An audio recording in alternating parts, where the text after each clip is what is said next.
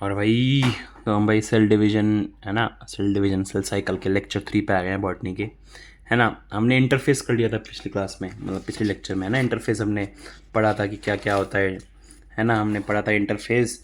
हमने sorry sorry sorry हमने interface में भाई हमने G1 एस और G2 हमने सिंथेसिस फेज वगैरह सब कुछ हमने देख लिया था कि अब सब कुछ प्रिपेयर हो रहा है ना, प्रिपेयर हो रहा है डिवीजन के लिए। अब भाई एम फेज में क्या होता है, एम फेज में कार्योकाइनेसिस होती है, न्यूक्लियस का होता है, फिर साइटोकाइनेसिस होती है। तो आज हम एम फेज पढ़ने वाले हैं, है ना, हम एम फेज पढ़ने वाले हैं। चलो, तो एम फेज हमने पहले भी देखा था कि मोस्ट ड्रामेटिक फेज बोला जाता है इसे, एम और एम, ठीक है, मोस्ट और एम, ठीक है। तो मोस्ट ड्रामेटिक फेज बोला जाता है। यहाँ पे क्या होता है, मतलब मोस्ट ड्रामेटिक मतलब सब कुछ बहुत ज़्यादा चीज़ें यहीं हो रही होती है डिवीजन वगैरह के लिए, है ना। तो भाई वर्चुअल रीऑर्गेनाइजेशन स्लैश डिस्ट्रीब्यूशन वगैरह जो होता है of all seller components takes place. सबसे पहले भाई ये जो होता है, जैसे मान लो सब कुछ बिखरा हुआ है तो सबसे पहले उसे साइड साइड में लाता है ताकि भाई सेल जो है टूट जाए, है ना। और mitosis is called as equational division, ये हमने पहले भी लिखी थी लाइन कि भाई both daughter cells are similar to the parent cell, equal. देखो इक्वल नाम में गिवन है कि इक्वेशनल मतलब इक्वल इक्वल इक्वल होती है कि मतलब यहाँ पे अगर 2n है तो फिर यहाँ पे भी 2n 2n हो जाएगा, n है n n हो जाएगा, ठीक है, माइटोसिस के बाद। ठीक है, मान लो भाई इसे हम इससे एग्जांपल समझे, एक बाप है, ठीक है, उस पर 50 रुपये है ना। तो भाई वो तो चाहेगा ना कि उसकी दोनों बेटियों के पास वो 50-50 रुपये दे सके, 25-25 ना करने पड़े उसे, जितने उस पर उसको उतने दे सके, है ना।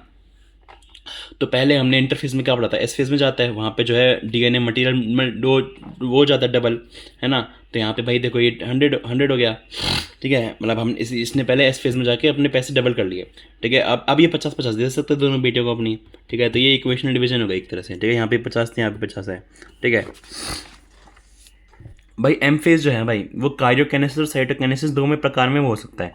और काइरोकेनेसिस में भाई चार चार सब फेजेस होते हैं। पी मैट हमने क्या पढ़ा था भाई, प्रोज मेकाटीन, प्रोफेज, मेटाफेज, एनाफेज और telophase. All these phases are progressive, मतलब एक के बाद एक आते हैं, है ना। Sorry guys, sorry sorry sorry sorry sorry all this phase are progressive, no clear cut line, मतलब भाई कि ये प्रोग्रेसिव होते हैं, है ना, एक के बाद एक आते हैं। और no clear cut line can be drawn between them, कोई कट लाइन मतलब ऐसे नहीं बोल सकते कि यहाँ पे खत्म हुआ अब कुछ टाइम बाद शुरू होएगा, मतलब नहीं भाई, एक के बाद चलता रहता है, ठीक है। तो भाई अब एक एग्जांपल, मतलब एक एग्जांपल नहीं भाई, डायग्राम है, ठीक है। तो भाई early prophase, late prophase, transition to metaphase, metaphase, anaphase और टीलोफेज, ठीक है। तो भाई हमने चार क्या पढ़े थे, प्रोफेज, मेटाफेज, एनाफेज और टीलोफेज, है ना। लेकिन हमने प्रोफेज को दो भाग में तोड़ दिया है, एलडी प्रोफेज और लेट प्रोफेज, और मेटाफेज को हमने दो भाग में तोड़ दिया, ट्रांजिशन टू मेटाफेज, है ना। तो ट्रांजिशन टू मेटाफेज हो रहा होता है, और मेटाफेज, ठीक है। तो ये सबसे पहले हम पहले डायग्राम समझते हैं कि क्या बोलना चाह रहा है ऑथर, हमारा लेखक क्या बोलना चाह रहा है, लेखक जोक है यार, जोक है, ठीक है। और भाई फिर हम बाद में जो लिखित लिखित में होगा वो भी समझेंगे, ठीक है। तो अर्ली प्रोफेज में क्या होता है, अर्ली प्रोफेज में देखो अभी तक जो है क्रोमोसोम्स नहीं बने हैं, अभी भी भाई कच्चा बनियान में बैठा है हमारा डीएनए, ठीक है, कच्चा बनियान में बैठा है, ठीक है, मतलब भाई अभी नॉर्मल, ठीक है, नॉर्मल बैठा है, ठीक है।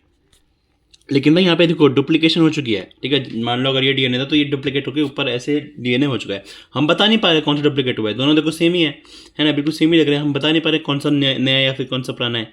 तो भाई new DNA and old DNA जो है ना, नॉट डिस्टिंक्ट होता है, नॉन डिस्टिंक्ट मतलब हम डिस्टिंक्ट नहीं कर सकते, हम जो है ये नहीं बता सकते कौन सा नया कौन सा पुराना है, हम डिफरेंस नहीं बता सकते, है ना। और इंटरवाइंड होता है, मतलब रिलेटेड होता है, समझ लो, टैंगल्ड होता है, ठीक है। और ये जो होता है भाई, अब यहाँ पे हमने हमने हमें पता है कि इंटरफेज में जो है कच्चा बनियान में बैठा है ना, इंटरफेज में कच्चा बनियान में बैठा है, और यहाँ पे भी कच्चा बनियान में बैठा है। लेकिन यहाँ पे जो है डीएनए स्टार्ट्स कंडेंसिंग, यहाँ पे कंडेंसिंग शुरू हो जाती है, मतलब यहाँ पे जो है कंडेंसिंग मतलब कंडेंस होना शुरू हो जाता है, अर्थात मतलब ये क्रोमोसोम में कन्वर्ट हो जाना एक तरह से शुरू हो जाता है, समझ रहे हो। तो स्टार्ट्स कंडेंसिंग मतलब अब ये, इसलिए मान लो मतलब अब ये सूट वूट पहनना है इसलिए शुरू कर दिया है ना। और जो सेंट्रियोल्स जो होते हैं, सेंट्रियोल्स जो होते हैं भाई, ये अभी पड़े होते हैं, ठीक है, ये भी हमने पढ़ा था, ये डुप्लीकेट हो जाते हैं तो दो हो गए, ठीक है। Stars moving towards opposite poles, तो ये भाई यहाँ पे ऑपोजिट पोल जो है यहाँ पे मूव करना शुरू कर जाते हैं, ठीक है, मूव करना शुरू कर जाते हैं, ठीक है। अब लीड प्रोफेस में क्या होता है, लीड प्रोफेस में भाई ये देखो थोड़ा थोड़े थोड़े से बन गए हैं ये, ठीक है। अभी कच्चे बाजार में थोड़े से इन्होंने मान लो शर्ट पहन लिया अब, ठीक है। तो भाई एंड ऑफ प्रोफेज में, ठीक है। और देखो यहाँ पे जो न्यूक्लियर एनवेलप था, न्यूक्लियर एनवेलप क्या होता है, न्यूक्लियस की मेम्ब्रेन जो थी, है ना, वो भी ऐसे डिमिनिश होने लग जाती है, ठीक है, डिमिनिश होने लग जाती है। और भाई ये तो जा ही रहे हैं अपने अपने पोल पे, अभी अभी रास्ते में है ये, है ना। तो भाई nuclear envelope, nucleolus, ER, GC disappear, ये सब डिसअपियर हो जाते हैं। अरे यार ये सब डिसअपियर क्यों हो रहे हैं यार, क्यों ना डिसअपियर ये बताओ। क्योंकि भाई अब ये जो है सेंट्रियोल जो है ये भाई स्पाइडरमैन की तरह अपना वो फेंकेंगे स्पिंडल फाइबर्स इन्हें बीच में लाने के लिए, ठीक है। तो भाई कहीं स्पाइडरमैन की तरह अपना फेंके और वो कहीं कहीं और लग गया, जीसी पे या फिर न्यूक्लियोलस पे या फिर किसी पे लग गया, ईआर पे लग गया, तो भाई फिर तो दिक्कत हो जाएगी। तो इसलिए भाई वो डिसअपियर हो जाते हैं, वो चले जाते हैं, क्रोमोसोम के लिए रास्ता साफ कर देते हैं कि भाई ये जो ये फेंकेंगे स्पिंडल फाइबर उसके लिए रास्ता साफ कर देते हैं, ठीक है।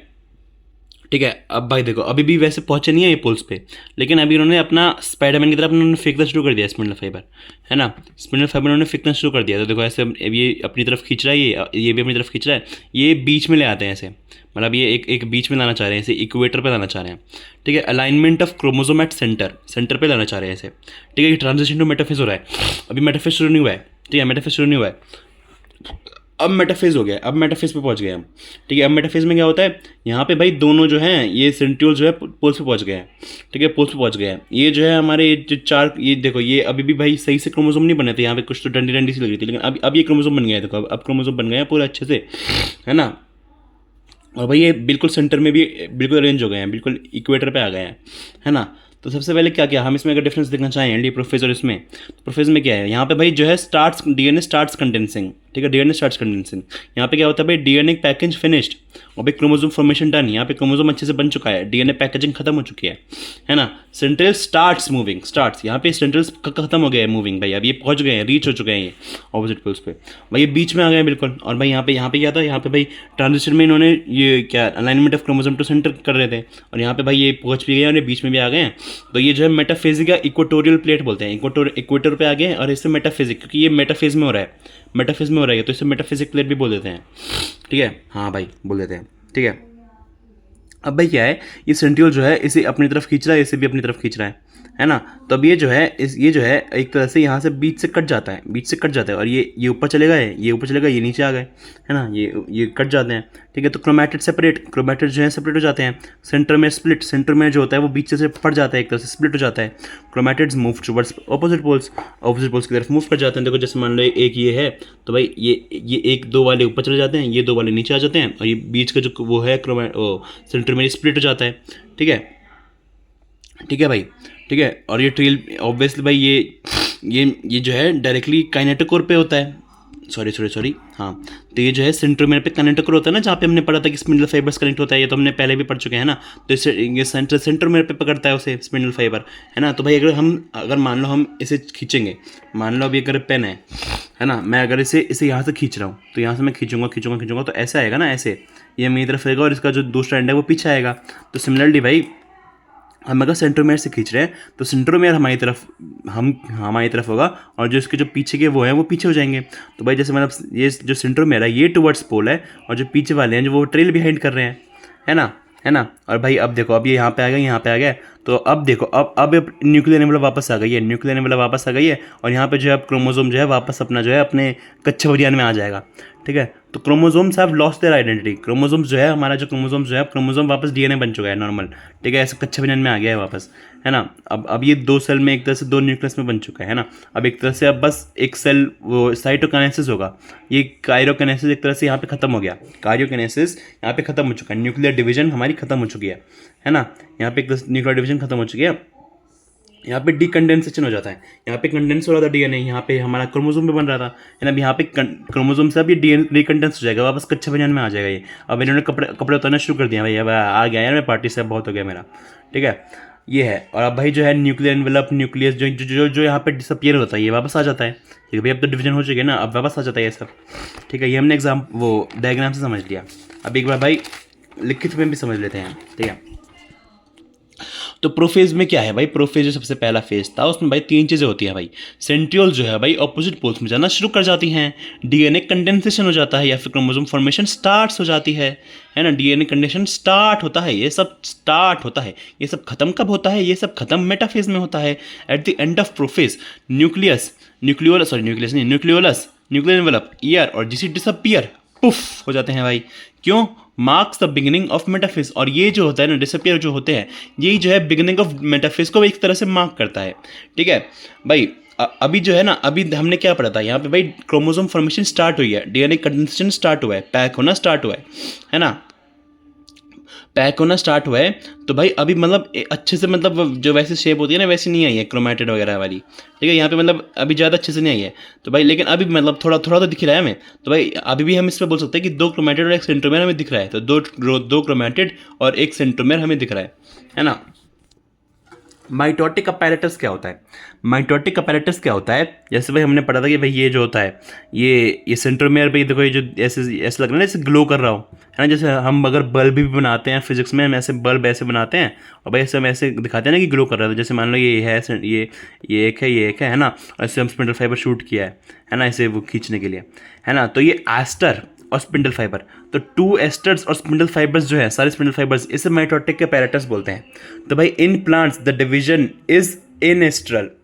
एनेस्ट्रल मतलब इन अ ए और एस्टर, मतलब एस्टर नहीं है। एस्टर क्यों नहीं है? मतलब सेंट्यूल नहीं है। सेंट्यूल क्यों नहीं है भाई? हमने क्या पढ़ा था, सेंट्यूल जो होता है ये बस एनिमल सेल्स में होता है, प्लांट सेल्स में होता ही नहीं है, ये तो हमने पढ़ा था ना। तो एनेस्ट्रल होता है, और एनिमल्स में क्या होता है, इट इज़ एस्ट्रल या फिर एम्फी एस्ट्रल, मतलब यहाँ पे एस्टर्स होते हैं अपोजिट। मतलब एम्फी क्या है? एम्फी जैसे एम्फीबियन होता है, हमने क्या पढ़ा था, एम्फीबियन अर्थात क्या होता है, एम्फीबियन मतलब वाटर और लैंड दोनों पर रहता है। तो ऑपोजिट चीज़ें हो गई ना, वाटर और लैंड। तो वही भाई एम्फीबियन मतलब ऑपोजिट। तो भाई एट 2 पोल्स पे हमें एस्टर दिखते हैं, ऑपोजिट पोल्स पे हमें एस्टर दिखते हैं, ये इसका मतलब हो गया, ठीक है। तो इसे माइटोटिक अपैरेटस बोलते हैं। अब हम आ गए मेटाफेज पे, ठीक है। जो मेटाफेज होता है ना, यहाँ पे जो है, यहाँ पे सेंट्रियोल्स हमारे ऑपोजिट पोल्स पे रीच कर गए हैं, सेंट्रियोल्स हमारे ऑपोजिट पोल्स पे रीच कर चुके हैं, और भाई हमारी क्रोमोसोम फॉर्मेशन भी कंप्लीट हो चुकी है। तो भाई क्योंकि हमारी क्रोमोसोम फॉर्मेशन कंप्लीट हो गई है, तो भाई ये है भाई best phase to count number of chromosome. ये है best phase to see structure of chromosome. अब भाई नंबर ऑफ क्रोमोसोम स्ट्रक्चर ये क्या है? ये मॉर्फोलॉजी है ना। तो भाई morphology of chromosomes is most easily studied. देखो एम और एम ऐसे समझो, एम और एम, ठीक है। मॉर्फोलॉजी और मेटाफेज, मेटाफेज में morphology of chromosomes most easily studied होती है, ठीक है। यहाँ पे ये बेस्ट फेज होता है नंबर ऑफ क्रोमोसोम्स काउंट करने के लिए और स्ट्रक्चर देखने के लिए, है ना, कि स्ट्रक्चर कैसा है क्रोमोसोम का और कितने क्रोमोसोम हैं, कितने में लगे होते हैं, आराम से काउंट भी कर सकते हैं हम, है ना। All chromosomes align at equator, सारी क्रोमोसोम्स जो है ना हमारे इक्वेटर पे हो जाते हैं, इसे इक्वेटोरियल प्लेट बोलते हैं या फिर मेटाफिजिक प्लेट बोलते हैं, क्योंकि इसका नाम मेटाफेज है और यहाँ पे हो रहे हैं लाइन, तो फिर इसे मेटाफिजिक प्लेट बोल देते हैं, ठीक है।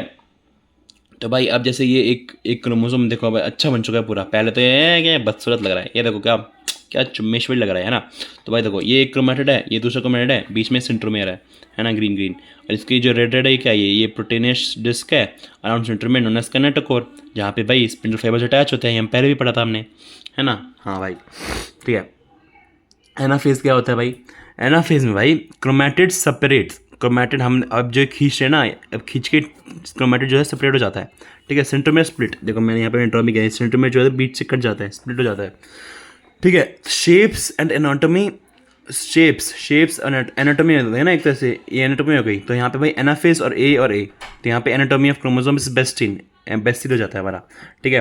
अब भाई हम क्या समझते हैं, जैसे मतलब हमने शेप्स पहले भी पढ़ी थी क्रोमोसोम्स की, कि भाई अगर इक्वल क्रोमैटिड्स हैं और तो ऐसे वी शेप बनती है, मेटा हो जाता है ना। सब मेटासेंट्रिक, ये सब मेटासेंट्रिक होता है, एल शेप एक्रोसेंट्रिक होता है, जे शेप, आई शेप टीलोसेंट्रिक होता है, ये हमने पहले भी पढ़ी थी, है ना। टीलोफेज क्या होता है? Chromosomes reach to opposite poles and decondense, है ना। तो भाई क्रोमोसोम जो होते हैं भाई 2 अपोजिट पोल्स पे पहुंच जाते हैं, है ना, 2 अपोजिट पोल्स पे पहुंच गए और डीकंडेंस हो जाते हैं। डीकंडेंस मतलब अब अपनी जो पैकेजिंग, अपने कपड़े जो है उतार देता है, वापस कच्चा बनियान में आ जाता है, ठीक है, लूजेस इट्स आइडेंटिटी, ठीक है भाई। न्यूक्लियोलस, न्यूक्लियर मतलब ये सब जो है रीअपेयर हो जाता है, जो पहले डिसअपियर हुए थे स्पिंडल फाइबर अटैच करने के लिए, वो रीअपेयर हो गए हैं।